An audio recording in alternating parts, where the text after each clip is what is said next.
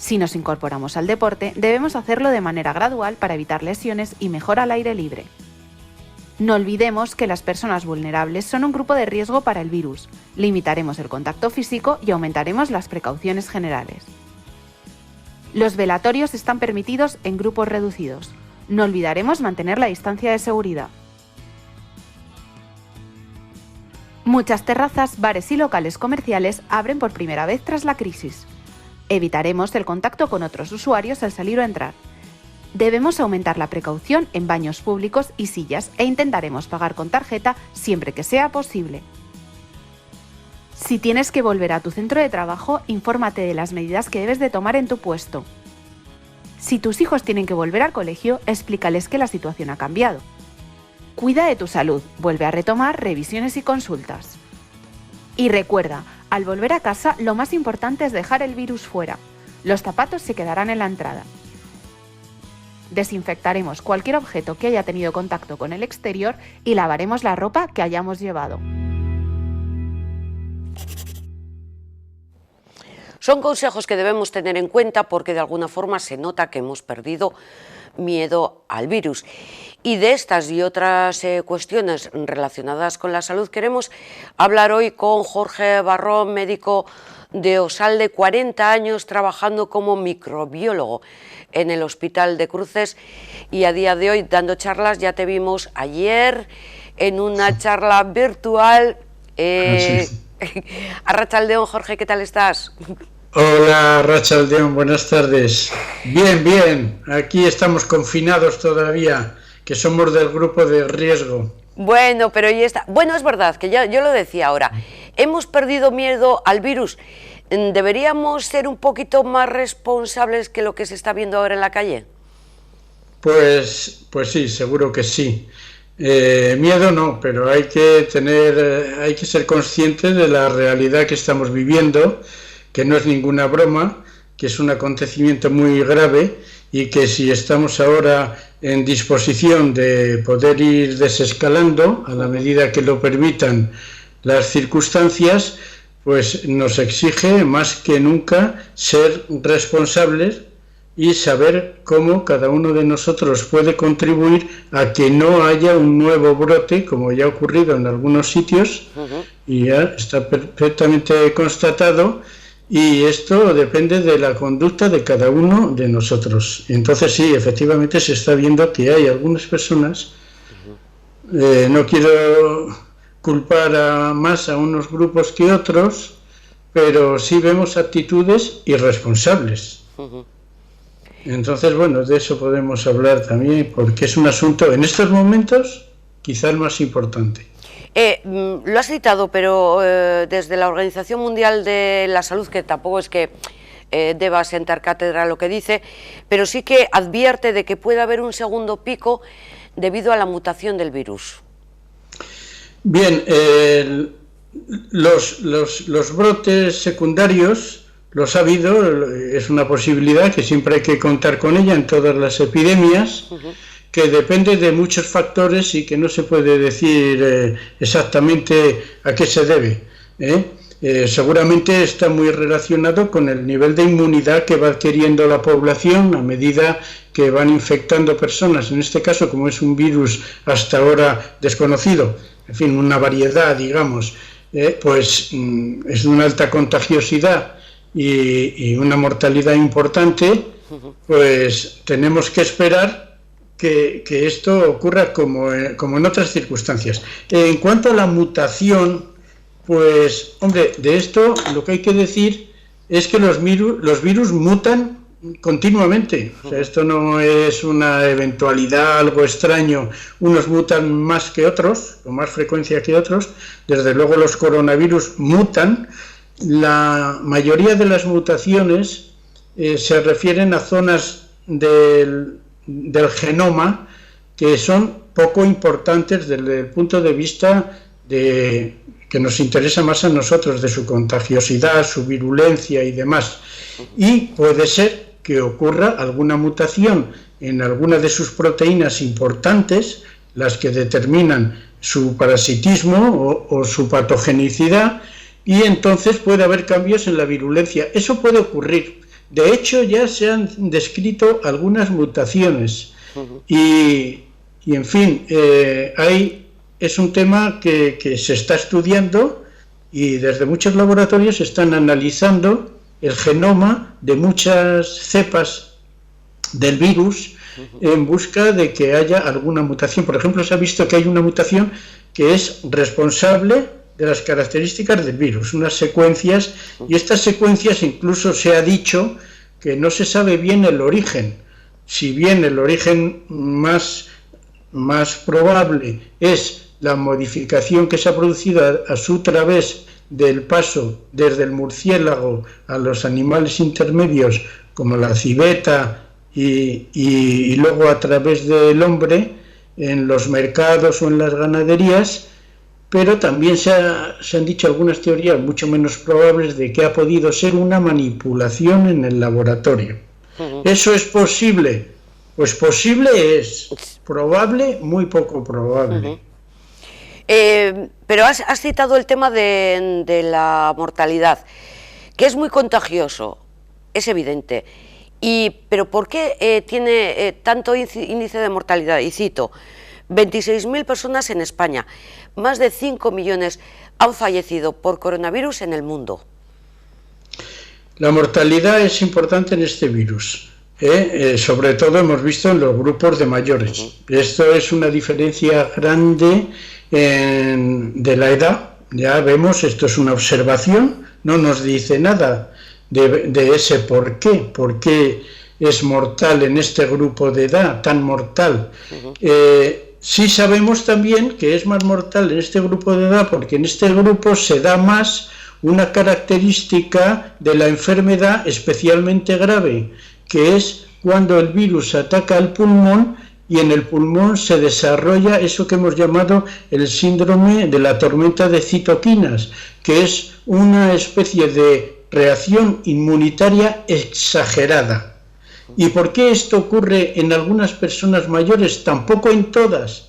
Eso sugiere que hay quizá diferencias genéticas en algunas personas que determina que sea más frecuente en estas personas y más probable el que se produzca la enfermedad grave.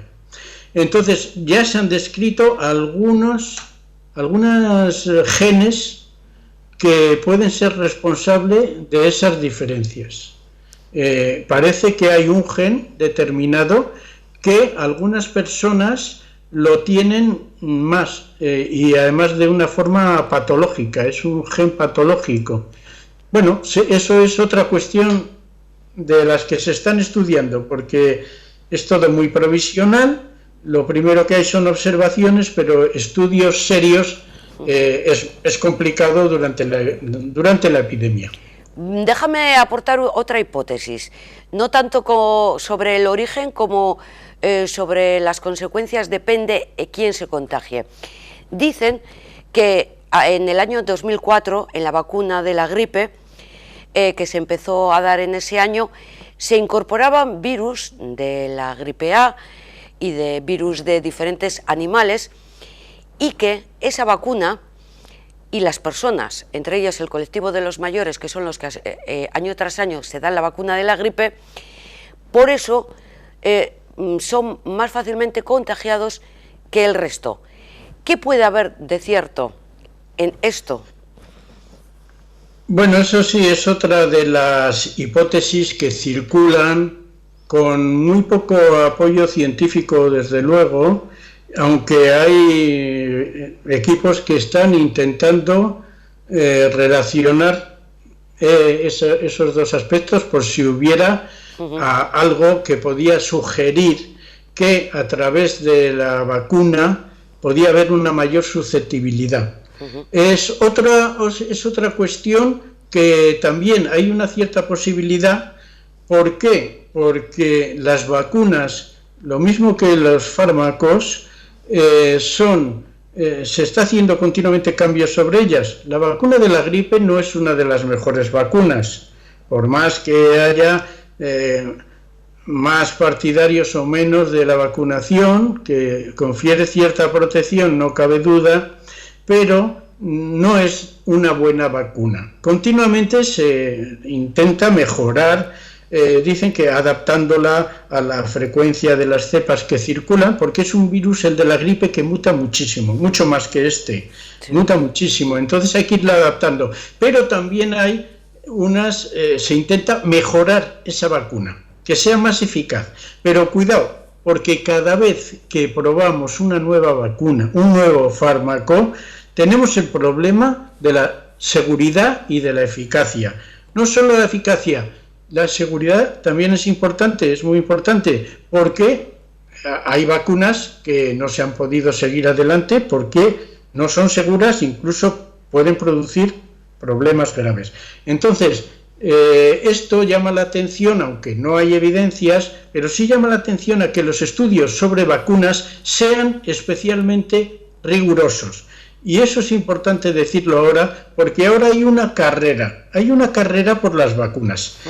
Y entonces, cuando todo el mundo quiere llegar el primero, porque eso supone, lógicamente, son empresas privadas, los gobiernos empiezan las investigaciones, pero luego las patentes las tienen empresas privadas, se invierte mucho dinero, muchos accionistas están jugando su dinero en estos proyectos y lógicamente quieren llegar el primero para hacerse con un mercado mundial de vacunas. Bien, entonces eso no hay que olvidarlo. Y de hecho ya tenemos noticias que dicen efectos preliminares o resultados preliminares de tal vacuna, de tal otra.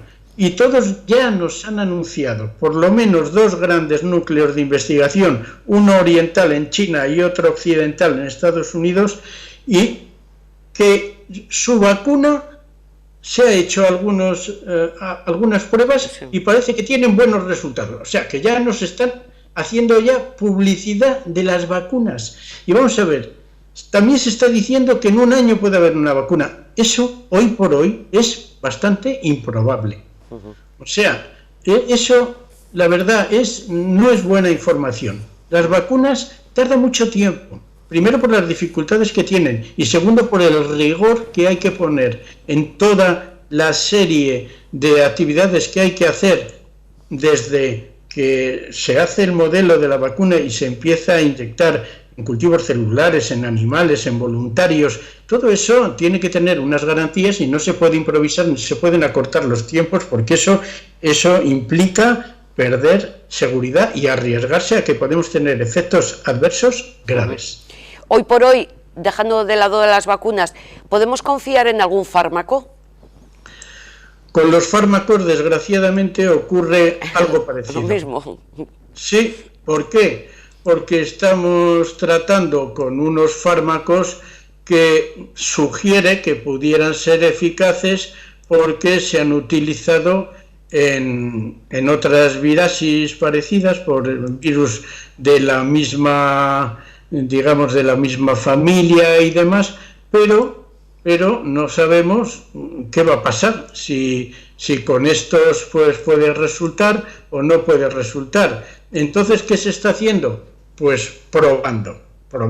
Lógicamente, cuando la persona está muy enferma, está con grave riesgo de su vida y no tenemos ningún fármaco autorizado para esa situación, como es el caso, porque claro, no hay ninguna experiencia, pues entonces está éticamente permitido utilizar esos fármacos aunque no están autorizados, porque lógicamente no hay esa indicación. Entonces estamos autorizados y se han utilizado antivirales. Por ejemplo, ¿qué ha pasado con la cloroquina? Que ya no se utiliza. Y se dijo al principio que este fármaco que se utiliza en el paludismo y algunas otras enfermedades, que parecía que era eficaz, se empezó a administrar, pero se ha visto no solamente que no es tan eficaz, como que produce efectos secundarios que pueden ser más graves. Entonces se ha dejado de utilizar. Otros también se empezaron con que había ciertas observaciones que sugerían algún antiviral que se utilizaba en el SIDA y se han ido abandonando, y algunas combinaciones también de fármacos. Esto también nos hace decir que cuando se pueda, porque ahora no se puede, se harán los ensayos clínicos. ¿Por qué ahora no se puede? porque para hacer un ensayo clínico tenemos que hacer dos grupos, uno tratado y otro sin tratar. En estas circunstancias tan graves no podemos dejar a nadie sin tratar.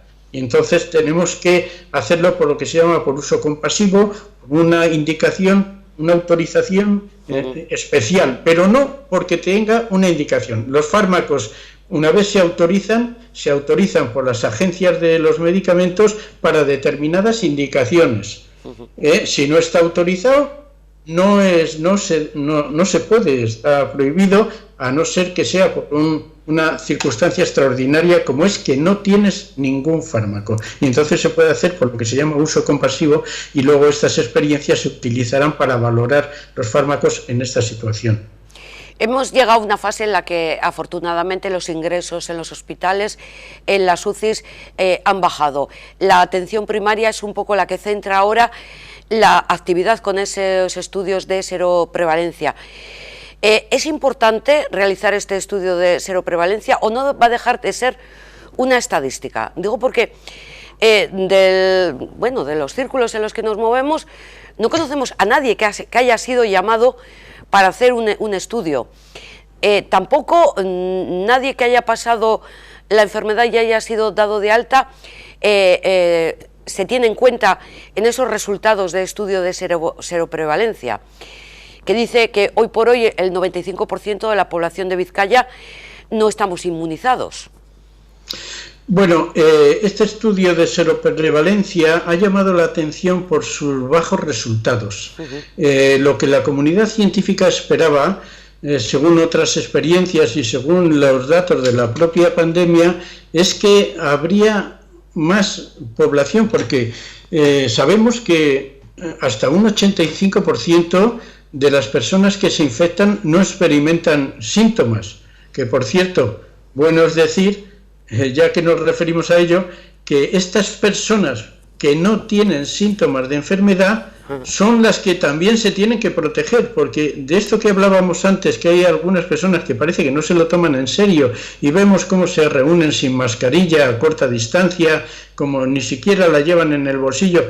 No, ahora hay que llevar la mascarilla y hay que tener cuidado con la distancia social. ¿Por qué? Porque precisamente el mayor peligro es que el contagio venga de esas personas que no tienen síntomas, porque se sabe que antes de experimentar los síntomas ya se contagia el virus.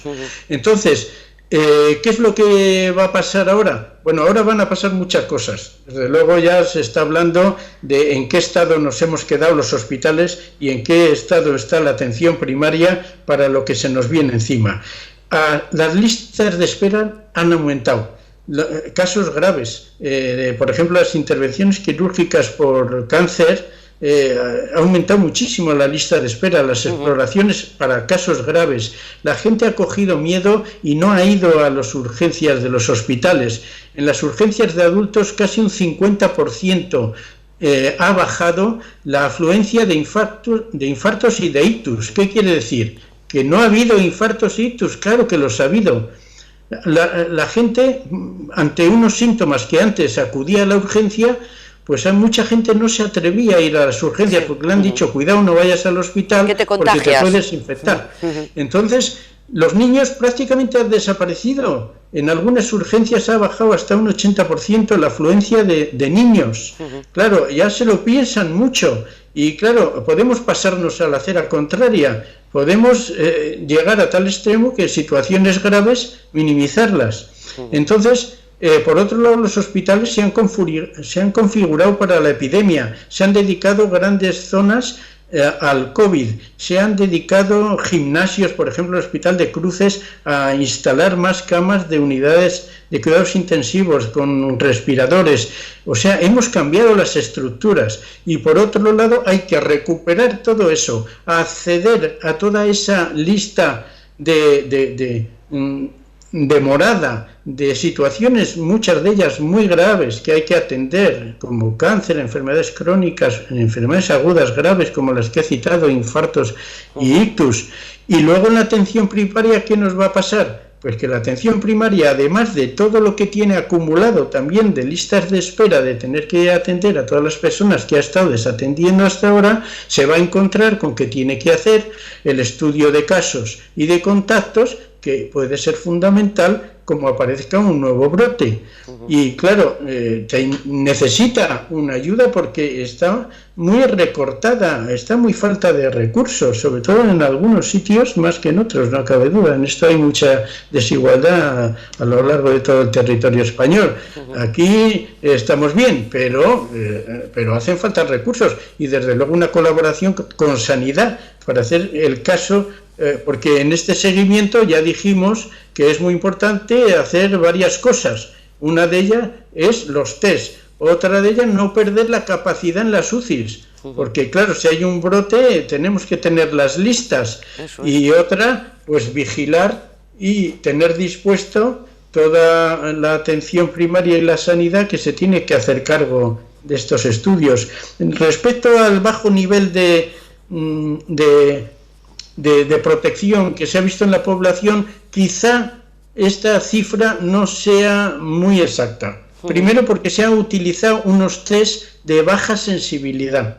Segundo, porque se han improvisado los equipos y no es fácil hacerlo bien, esto, Entonces, quizá sea mayor el número de personas inmunizadas. Jorge, muchísimas gracias por estar con nosotros. Si te parece, la próxima semana abordaremos nuevos datos porque está efectivamente en marcha la segunda fase de este estudio de seroprevalencia y probablemente dará resultados diferentes, porque yo creo que coincido contigo en que esto ha sido un poquito raro, a nivel de resultados. Gracias, confínate, pero sobre todo cuídate, mucha fuerza. Igualmente, muchas gracias. Hasta otra. Muchas gracias y un beso muy fuerte a Jorge Barrón.